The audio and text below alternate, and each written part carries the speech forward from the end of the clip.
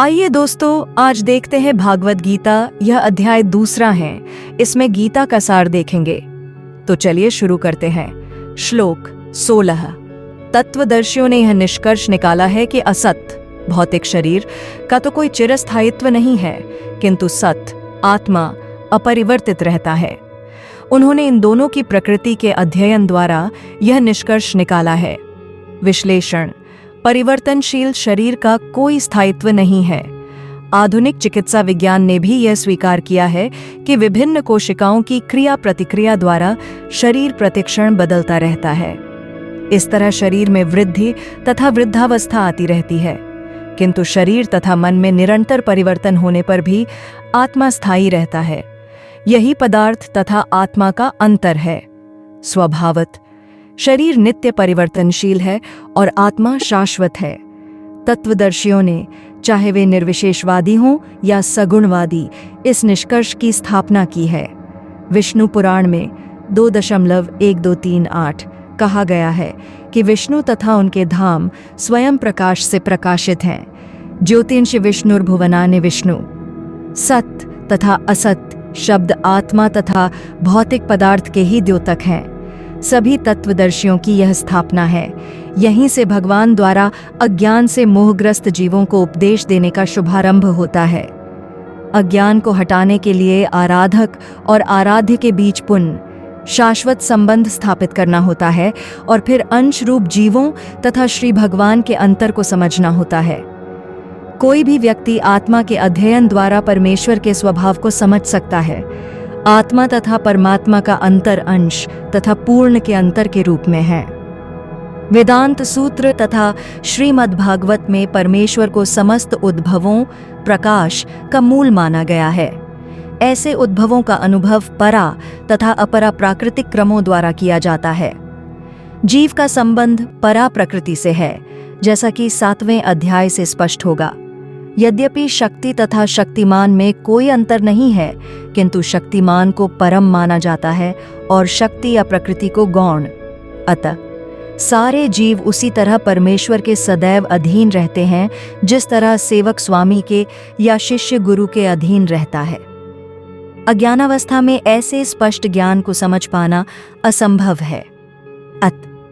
ऐसे अज्ञान को दूर करने के लिए सदा सर्वदा के लिए जीवों को प्रबुद्ध करने हेतु भगवान भगवद गीता का उपदेश देते हैं। श्लोक 17। जो सारे शरीर में व्याप्त है, उसे ही तुम अविनाशी समझो। उस अव्यय आत्मा को नष्ट करने में कोई भी समर्थ नहीं है। विश्लेषण: इस श्लोक में संपूर्ण शरीर में व्याप्त आत्मा की प्रकृति का अधिक स्पष्ट वर्णन हुआ है। सभी लोग समझते हैं कि जो सारे शरीर में व्याप्त है वह चेतना है। प्रत्येक व्यक्ति को शरीर में किसी अंश या पूरे भाग में सुख दुख का अनुभव होता है, किंतु चेतना की यह व्याप्ति किसी के शरीर तक ही सीमित रहती है। एक शरीर के सुख तथा दुख का बोध दूसरे शरीर को नहीं हो पाता। फलत प्रत्येक शरीर में व्यष्टि आत्मा है और इस आत्मा की उपस्थिति का लक्षण व्यष्टि चेतना द्वारा परिलक्षित होता है। इस आत्मा को बाल के अग्रभाग के 10,000वें भाग के तुल्य बताया जाता है। श्वेताश्वतर उपनिषद में 5.9 इसकी पुष्टि हुई है। बालाग्रशत भागस्य शतधा कल्पितस्य च भागो जीव सविज्ञेय सचानन्त्याय कल्पते। यदि बालक के अग्रभाग को 100 भागों में विभाजित किया जाए और फिर इनमें से प्रत्येक भाग को 100 भागों में विभाजित किया जाए, तो इस तरह के प्रत्येक भाग की माप आत्मा का परिमाप है। इसी प्रकार यही कथन निम्नलिखित श्लोक में मिलता है। केशाग्रशत भागस्य शतांश सादृशात्मक जीव सूक्ष्म स्वरूपोयम संख्यातीतो हि चित्कण। आत्मा के परमाणुओं के अनंत कण हैं, जो माप में बाल के अगले भाग नोक के 10,000वें भाग के बराबर हैं। इस प्रकार आत्मा का प्रत्येक कण भौतिक परमाणुओं से भी छोटा है और ऐसे असंख्य कण हैं। यह अत्यंत लघु आत्मस्फुलिंग भौतिक शरीर का मूल आधार है और इस आत्मस्फुलिंग का प्रभाव सारे शरीर में उसी तरह व्याप्त है जिस प्रकार किसी औषधि का प्रभाव व्याप्त रहता है। आत्मा की यह धारा विद्युत धारा सारे शरीर में चेतना के रूप में अनुभव की जाती है और यही आत्मा के अस्तित्व का प्रमाण है। सामान्य से सामान्य व्यक्ति भी समझ सकता है कि यह भौतिक शरीर चेतना रहित होने पर मृतक हो जाता है और शरीर में इस चेतना को किसी भी भौतिक उपचार से वापस नहीं लाया जा सकता। यह चेतना भौतिक संयोग के फलस्वरूप नहीं है, अपितु आत्मा के कारण है। मुंडक उपनिषद में 3:1-9 सूक्ष्म परमाणविक आत्मा की और अधिक विवेचना हुई है। एषो अनुरात्मा चेतसा वेदितव्यो यस्मिन् प्राण पंचधा संविवेश प्राणैश्चित्तम सर्वमोतम प्रजानाम यस्मिन् विशुद्धे विभवत्येष। आत्मा आकार में अणुतुल्य है, जिसे पूर्ण बुद्धि के द्वारा जाना जा सकता है। यह अणु आत्मा 5 प्रकार के प्राणों में तैर रहा है। प्राण, अपान, व्यान, समान तथा उदान। यह हृदय के भीतर स्थित है और देहधारी जीव के पूरे शरीर में अपने प्रभाव का विस्तार करता है। जब आत्मा को 5 वायुओं के कल्मश से शुद्ध कर लिया जाता है तो इसका आध्यात्मिक प्रभाव प्रकट होता है। हठ योग का प्रयोजन विविध आसनों द्वारा उन 5 प्रकार के प्राणों को नियंत्रित करना है जो आत्मा को घेरे हुए हैं। यह योग किसी भौतिक लाभ के लिए नहीं, अपितु भौतिक आकाश के बंधन से अणुआत्मा की मुक्ति के लिए किया जाता है। इस प्रकार अणुआत्मा को सारे वैदिक साहित्य ने स्वीकारा है और प्रत्येक बुद्धिमान व्यक्ति अपने व्यावहारिक अनुभव से इसका प्रत्यक्ष अनुभव करता है। केवल मूर्ख व्यक्ति ही इस अणुआत्मा को सर्वव्यापी विष्णु तत्व के रूप में सोच सकता है। अणुआत्मा का प्रभाव पूरे शरीर में व्याप्त हो सकता है। मुंडक उपनिषद के अनुसार यह अणुआत्मा प्रत्येक जीव के हृदय में स्थित है और चूंकि भौतिक विज्ञानी इस अणुआत्मा को माप सकने में असमर्थ हैं, अतः उनमें से कुछ यह अनुभव करते हैं कि आत्मा है ही नहीं। व्यष्टि आत्मा तो निस्संदेह परमात्मा के साथ साथ हृदय में है और इसीलिए शारीरिक गतियों की सारी शक्ति शरीर के इसी भाग से उद्भूत है। जो लाल रक्तकण फेफड़ों से ऑक्सीजन ले जाते हैं वे आत्मा से ही शक्ति प्राप्त करते हैं। अतः जब आत्मा इस स्थान से निकल जाता है तो रक्तोत्पादक संलयन गह्वरियत बशट बंद हो जाता है। औषधि विज्ञान लाल रक्तकणों की महत्ता को तो स्वीकार करता है, किंतु वह यह निश्चित नहीं कर पाता कि शक्ति का स्रोत आत्मा है।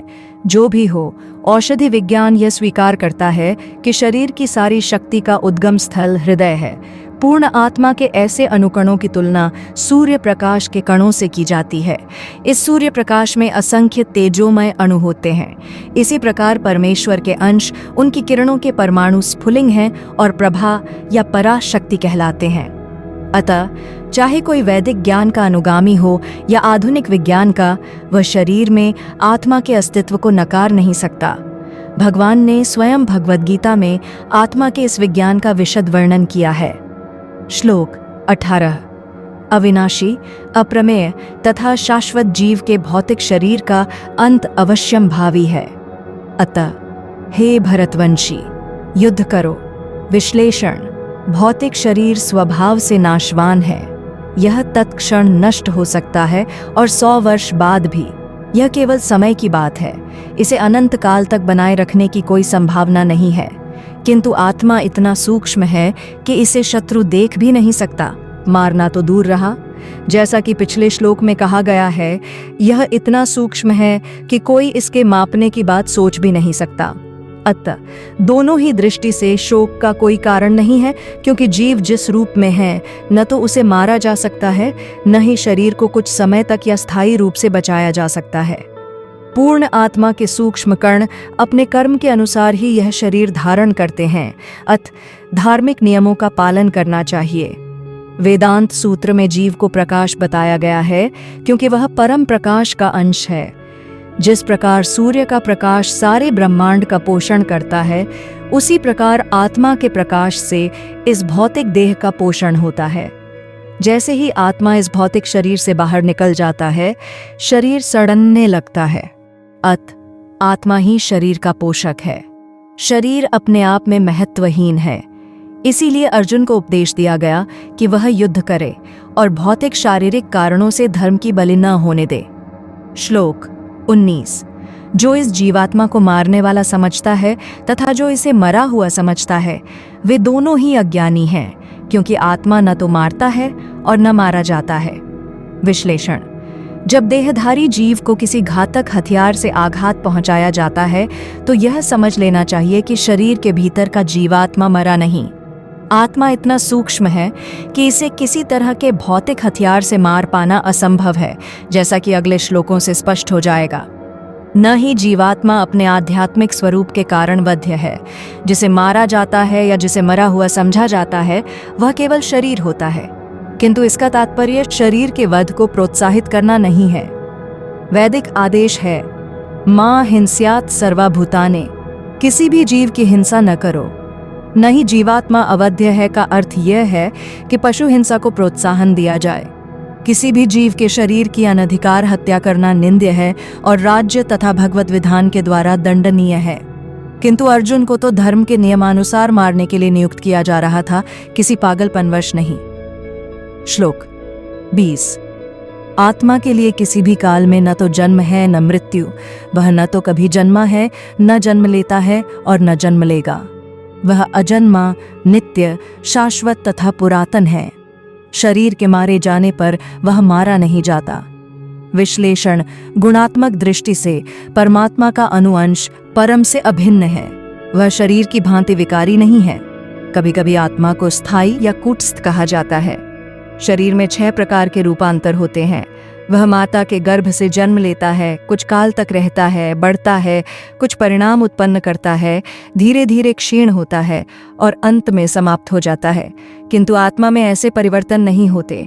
आत्मा अजन्मा है, किंतु चूंकि वह भौतिक शरीर धारण करता है, अतः शरीर जन्म लेता है। आत्मा न तो जन्म लेता है न मरता है। जिसका जन्म होता है उसकी मृत्यु भी होती है, और चूंकि आत्मा जन्म नहीं लेता, अतः उसका न तो भूत है न वर्तमान या भविष्य। वह नित्य, शाश्वत तथा सनातन है, अर्थात उसके जन्म लेने का कोई इतिहास नहीं है। हम शरीर के प्रभाव में आकर आत्मा के जन्म, मरण आदि का इतिहास खोजते हैं। आत्मा शरीर की तरह कभी भी वृद्ध नहीं होता। अतः तथाकथित वृद्ध पुरुष भी अपने में बाल्यकाल या युवावस्था जैसी अनुभूति पाता है। शरीर के परिवर्तनों का आत्मा पर कोई प्रभाव नहीं पड़ता। आत्मा वृक्ष या किसी अन्य भौतिक वस्तु की तरह क्षीण नहीं होता। आत्मा की कोई उपसृष्टि नहीं होती। शरीर की उपसृष्टि संतानें हैं और वे भी व्यष्टि आत्माएं हैं, और शरीर के कारण वे किसी न किसी की संतानें प्रतीत होते हैं। शरीर की वृद्धि आत्मा की उपस्थिति के कारण होती है, किंतु आत्मा के न तो कोई उपवृद्धि है न ही उसमें कोई परिवर्तन होता है। अतः आत्मा शरीर के 6 प्रकार के परिवर्तन से मुक्त है।